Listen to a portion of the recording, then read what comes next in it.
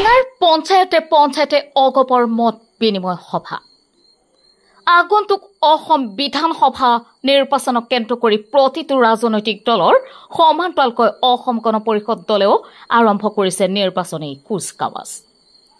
বুধবাৰে চেঙাৰ মৌচৰা গাঁও পঞ্চায়তত উপস্থিত হৈ দলীয় কৰ্মী তথা ৰাইজৰ মাজত মত বিনিময় সভাত অংশগ্ৰহণ কৰে অগপ দলৰ প্ৰাৰ্থিত্ব প্ৰত্যাশী আব্দুল ৰহমানে। পূৰ্বে মৌচৰা আঞ্চলিক বজাৰৰ সমুখীয়া ভৱনত অনুষ্টুপীয়াকৈ আয়োজিত দলীয় সভাত সভাপতিত্ব কৰে অগপ দলৰ সমষ্টি কমিটিৰ উপসভাপতি মানিক খান আৰু উদ্দেশ্য ব্যাখ্যা কৰে সমষ্টি কমিটিৰ প্ৰচাৰ সম্পাদক ৰফিকুল হকে। দলীয় কৰ্মী তথা মত বিনিময় সভাত চেঙাৰ প্ৰাৰ্থিত্ব প্ৰত্যাশী আব্দুল ৰহমানে উন্নয়নৰ বাবে অগপ দলৰ প্ৰাৰ্থীক ভোট দিবলৈ আহ্বান জনায়। লগতে ৰহমানে আৰু কয় যে যিহেতুকে চেঙা সমষ্টিটোৰ অধিকাংশ অঞ্চল গৰা খহনীয়াৰ কবলত ইতিমধ্যে বহুতো পৰিয়াল গৃহহীন হৈ আছে, এইবোৰৰ সমাধান নিশ্চয় কৰা হ'ব। সভাত সন্মানীয় অতিথিসকলক সম্বৰ্ধনা জনোৱা হয়। সভাৰ অন্তত কাছুমাৰা বজাৰত গৈ দোকান পোহাৰ আৰু ৰাইজৰ সৈতে অগপ দলৰ হৈ দলীয় প্ৰচাৰ চলাই ৰাইজৰ সঁহাৰি কামনা কৰে। News desk report MT news.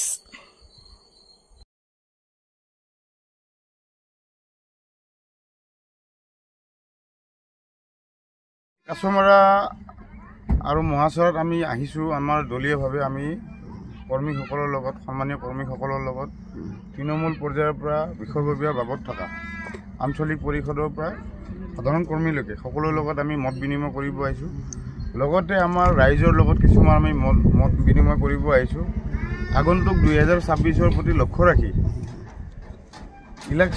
নিৰ্বাচনী যিখিনি কুচকাৱাজ সেইটো আমি আজিৰ পৰা 2 মাহমান আগৰ পৰা আমি আৰম্ভ কৰিছিলোঁ আৰু ভৱিষ্যতে যিখিনি মানুহৰ চেঙা সমষ্টিৰ সমস্যা আৰু বৰ্তমান UDF দলৰ বিধায়কজনৰ যিটো কামৰ নমুনা সেই হিচাপে আমি দেখিছোঁ বহুত পিছ পৰি আছে বা আগন্তুক দিনত এই সমষ্টিটোত অসম গণ পৰিষদ বা ভাৰতীয় জনতা পাৰ্টীৰ মিত্ৰজোঁটৰ চৰকাৰৰ সাপেক্ষত প্ৰত্যেকজন ব্যক্তিয়ে চেঙা সমষ্টিৰ প্ৰত্যেকজন ব্যক্তিয়ে উন্নয়নমূলক এটা গঠনমূলক সিদ্ধান্ত কৰি উন্নয়নমূলক এটা উন্নয়নৰ পক্ষত ভোট দিব আৰু ভৱিষ্যতে আমাৰ এইবাৰ চেঙা সমষ্টিত অসম গণ পৰিষদ দলৰ জয় নিশ্চিত বুলি আমি ক'বই পাৰোঁ।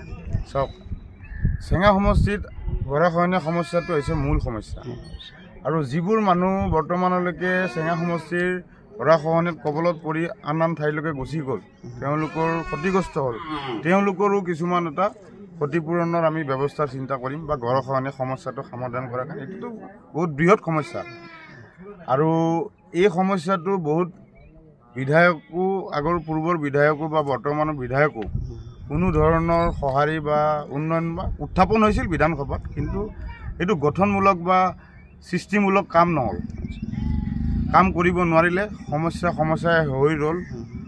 মানে যোনটো পাৰ্মানেণ্ট চলিউশ্যন সেই পাৰ্মানেণ্ট চলিউশ্যনটো নহ'ল গৰাখহনীয়া।